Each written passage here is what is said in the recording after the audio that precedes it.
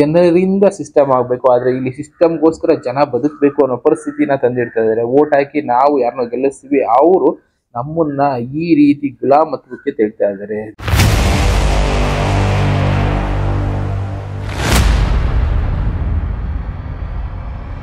ನಮಸ್ಕಾರ ವೀಕ್ಷಕರೇ. One word order, one word government ಅನ್ನೋ ಹೆಸರು ಕೇಳಿರ್ತೀವಿ. ಇಂಥದ್ದಕ್ಕೆ ಈಗ ಎಷ್ಟೋ ಕಡೆ ಸಿದ್ಧತೆಗಳು ನಡೀತಾ ಇದೆ. ಆಲ್ರೆಡಿ ಏನ್ ಮಾಡ್ತಾ ಇದ್ದಾರೆ, ಎಷ್ಟೋ ಕಡೆ ಬ್ಯಾಂಕ್ ಅಕೌಂಟ್ಗಳಲ್ಲಿ ಬಯೋಮೆಟ್ರಿಕ್ ಎಲ್ಲ ಲಿಂಕ್ ಮಾಡ್ಕೊಳ್ತಾ ಇದ್ದಾರೆ. ಅವರ ಕಂಟ್ರೋಲ್ಗಳಲ್ಲಿ ಬ್ಯಾಂಕ್ ಅನ್ನ ಇಟ್ಕೊಳ್ತಾ ಇದ್ದಾರೆ.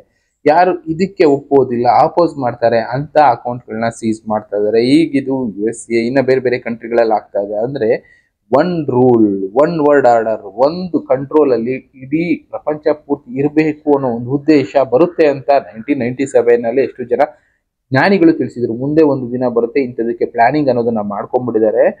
ಒನ್ ವರ್ಡ್ ಗವರ್ನಮೆಂಟ್ ಅನ್ನೋದು ಬರುತ್ತೆ. ಒಬ್ಬ ವ್ಯಕ್ತಿ ಅಂದ್ರೆ ಇಲ್ಲ ಒಂದು ಕುಟುಂಬ, ಇಲ್ಲ ಒಂದು ಸಂಸ್ಥೆ ಮುಂದೆ ಪ್ರಪಂಚನ ಆಳುತ್ತೆ. ಅಂಥದ್ದಕ್ಕೆ ಸಿದ್ಧತೆಗಳನ್ನ ಮಾಡ್ಕೊಳ್ತಾ ಇದ್ದಾರೆ. ಮುಂದೆ ಒಂದು ದಿನ ಇಂಥದ್ದೆಲ್ಲ ನಡೆಯುತ್ತೆ ಅಂತ ಹೇಳ್ತಾ ಇದ್ರು.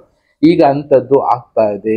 ಈ ವ್ಯಕ್ತಿ ಇದರಲ್ಲಿ ತಿಳಿಸ್ತಾ ಇರೋದು ಅದೇ. ಗ್ರೂಪ್ಗಳನ್ನ ಮಾಡ್ಕೊಳ್ತಾ ಇದೀವಿ. ಯಾಕೆ ಅಂದ್ರೆ ನಾವು ನಮ್ಮನ್ನ ಮುಂದೆ ಸೇಫ್ ಗಾರ್ಡ್ ಮಾಡ್ಕೊಳ್ಳೋದಕ್ಕೆ.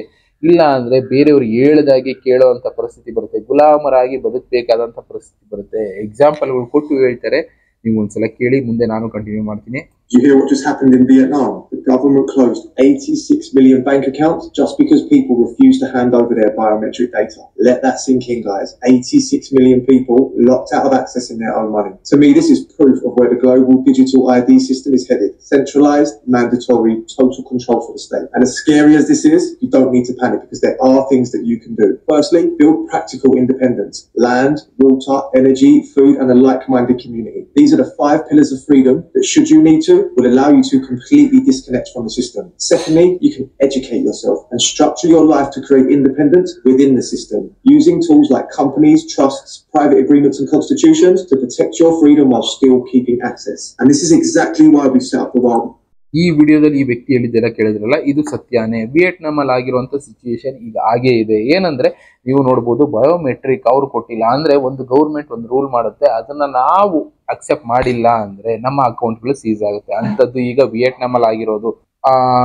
113 ಮಿಲಿಯನ್ ಅಲ್ಲಿ ಸಕ್ಸಸ್ಫುಲ್ ಆಗಿದೆ. ಇನ್ನು ಉಳಿದಿರುವಂತ 86 ಮಿಲಿಯನ್ ಅಕೌಂಟ್ ಡಿಆಕ್ಟಿವೇಶನ್ ಆಗಿದೆ. ಅಂದ್ರೆ ನಮ್ಮ ಅಕೌಂಟ್ಗಳನ್ನ ಬ್ಲಾಕ್ ಮಾಡ್ತಾರೆ. ಅವರು ಹೇಳಿದ್ದನ್ನ ಫಾಲೋ ಮಾಡ್ಬೇಕು. ಅಂದ್ರೆ ಸಿಸ್ಟಮ್ ಯಾವ ತರ ಇರುತ್ತೆ, ನಾವು ಬೇರೆಯವರ ಫಾಲೋವರ್ ಆಗಿ ಇಲ್ಲ ಅವರ ಗುಲಾಮರಾಗಿ ಬದುಕುವಂತ ಕಾಲ ಬರುತ್ತೆ ಅನ್ನೋ ಪರಿಸ್ಥಿತಿ ಇವತ್ತು ವಿಯೆಟ್ನಾಂ ಅಲ್ಲಿ ಬಂದಿದೆ. ಇದನ್ನ ಎದುರಿಸೋದಕ್ಕೂ ಆಗ್ತಾ ಇಲ್ಲ. ಅದಕ್ಕೆ ಈ ವ್ಯಕ್ತಿ ಇದ್ರಲ್ಲಿ ಹೇಳ್ತಾ ಇರೋದು ಅದೇ, ನಾವು ಆದಷ್ಟು ಸೆಲ್ಫ್ ಡಿಪೆಂಡೆಂಟ್ ಆಗೋಣ, ಬೇರೆಯವ್ರ ಮೇಲೆ ಡಿಪೆಂಡ್ ಆಗೋದೇ ಬೇಡ.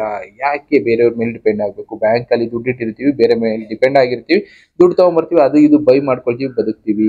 ಆದ್ರೆ ಅದ್ರ ಬದಲು ಮೊದಲು ನಮಗೇನು ಬೇಕು, ನಾವೇ ಸೆಲ್ಫ್ ಪ್ರಿಪರೇಷನ್ ಮಾಡ್ಕೊಳ್ಳೋದನ್ನ ಪ್ರಾಕ್ಟೀಸ್ ಮಾಡೋಣ. ಅದರಲ್ಲಿ ನಾವು ಇನ್ವೆಸ್ಟ್ಮೆಂಟ್ ನ ಆದಷ್ಟು land, water resources, energy resources, food, ಇದನ್ನೆಲ್ಲ ನಾವೇ ಪ್ರಿಪೇರ್ ಮಾಡ್ಕೊಳ್ಳೋದನ್ನ ಕಲಿಯೋಣ. ಒಂದು ಗ್ರೂಪ್ಗಳನ್ನ ಮಾಡ್ಕೊಳ್ಳೋಣ, ಒಂದು ಟ್ರಸ್ಟ್ಗಳನ್ನ ಮಾಡ್ಕೊಳ್ಳೋಣ, ಅದರಲ್ಲಿ ನಮ್ಮ ಫಂಡ್ ಅನ್ನ ಇನ್ವೆಸ್ಟ್ ಮಾಡ್ಕೊಳ್ಳೋಣ. ಅದರಿಂದ ನಮ್ಮ ಫ್ಯೂಚರ್ ಚೆನ್ನಾಗಿರುತ್ತೆ, ನಾವು ದುಡ್ಡಲ್ಲಿ ಇರುತ್ತೆ, ಸೇಫ್ ಆಗಿರುತ್ತೆ ಅಂತ ತಗೊಂಡೋಗಿ ಯಾವುದೋ ಒಂದು ಬ್ಯಾಂಕು ಇಲ್ಲ ಯಾವುದೋ ಒಂದು ಗೌರ್ಮೆಂಟ್ ಸೆಕ್ಟರ್ದಕ್ಕೋ ಇಲ್ಲ ಪ್ರೈವೇಟ್ ಸೆಕ್ಟರ್ದಕ್ಕೋ ಯಾವುದಕ್ಕೋ ಒಂದು ಹಾಕ್ಬಿಟ್ಟಿರ್ತೀವಿ. ಅದರಿಂದ ಮುಂದೆ ಈ ರೀತಿ ಆಗುವಂತ ಸಿಚುವೇಶನ್ ಬರ್ಬೋದು. ಒನ್ ವರ್ಡ್ ಆರ್ಡರ್ ಇಲ್ಲ ಒನ್ ವರ್ಡ್ ರೂಲಿಂಗ್ ಅಂತ ಬಂದ್ರೆ ಅವರು ಹೇಳಿದ್ದನ್ನ ಫಾಲೋ ಮಾಡಲೇಬೇಕು. ಈಗ ವಿಯೆಟ್ನಾಂ ಅಲ್ಲಿ ಬಂದಿರುವಂತ ಪರಿಸ್ಥಿತಿ ಇನ್ನ ಬೇರೆ ಬೇರೆ ದೇಶಗಳಲ್ಲೂ ಬರ್ಬೋದು. ಹೌದು, ಇದು ವಿಯೆಟ್ನಾಂ ಅಲ್ಲಿ ಬಂದಿರೋದಂತೂ ಸತ್ಯ. ಗೂಗಲ್ ಅಲ್ಲಿ ನೀವು ರಿಸರ್ಚ್ ಮಾಡೋದು ಸಿಗುತ್ತೆ. ಇದು ಸದ್ಯಕ್ಕೆ ಅಮೆರಿಕಾದಲ್ಲಿ ಕೂಡ ಈಗ ಆಲ್ರೆಡಿ ಪ್ಲಾನಿಂಗ್ ಅನ್ನೋದು ನಡೀತಾ ಇದೆ. ಇದಕ್ಕೆ ಈಗ ಎಷ್ಟು ಜನ ಅಪೋಸ್ ಮಾಡ್ತಾ ಇದ್ದಾರೆ, ಗ್ರೂಪ್ಗಳನ್ನ ಮಾಡ್ಕೊಳ್ತಾ ಇದ್ದಾರೆ. ಕೆಲವಷ್ಟು ಸಿಸ್ಟಮ್ ವಿರುದ್ಧ ಅಪೋಸ್ ಮಾಡ್ತಾ ಇದ್ದಾರೆ. ಜನರಿಂದ ಸಿಸ್ಟಮ್ ಆಗಬೇಕು, ಆದ್ರೆ ಇಲ್ಲಿ ಸಿಸ್ಟಮ್ಗೋಸ್ಕರ ಜನ ಬದುಕಬೇಕು ಅನ್ನೋ ಪರಿಸ್ಥಿತಿನ ತಂದಿಡ್ತಾ ಇದ್ದಾರೆ. ವೋಟ್ ಹಾಕಿ ನಾವು ಯಾರನ್ನೋ ಗೆಲ್ಲಿಸ್ತೀವಿ, ಅವರು ನಮ್ಮನ್ನ ಈ ರೀತಿ ಗುಲಾಮತ್ವಕ್ಕೆ ತೆಳ್ತಾ ಇದ್ದಾರೆ.